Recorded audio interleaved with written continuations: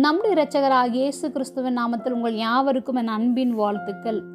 புதுமையான ஆவி, ரோமர் 7:6 இப்பொழுதோ நாம் பழமையான எழுத்தின்படி அல்ல, புதுமையான ஆவியின்படி ஊழியம் செய்யத்தக்கதாக நம்மை கட்டியிருந்த நியாய பிரமாணத்துக்கு நாம் மரித்தவர்களாகி அதனின்று விடுதலையாக்கப்பட்டிருக்கிறோம். நாம் செய்வது பாவம் எது என்று உணர்த்துவது நியாய பிரமாணம். அதற்கான தண்டனையை குறித்தும் அது சொல்லுகின்றது. மாம்சத்துக்கு உட்பட்டிருந்த நாம் நம்முடைய சரீரத்தினால் பாவங்களை செய்து வந்தோம்.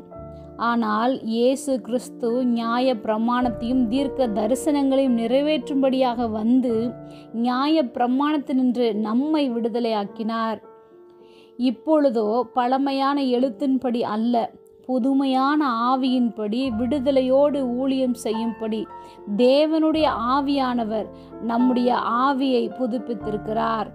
எனவே நாம் நியாய பிரமாணத்துக்கு மரித்தவர்களாய் அதனின்று விடுதலையாக்கப்பட்டிருக்கிறோம் என்ற விசுவாசத்தோடு நம்மை குறித்து பேசப்படுகிற பழைய வாழ்க்கையை குறித்து அல்ல, புதுமையான ஆவியின்படி நாம் ஊழியம் செய்வோம். ஆவியானவர் துணையோடு ஒவ்வொரு நாளும் நாம் கடந்து செல்வோம். ஜெபம்.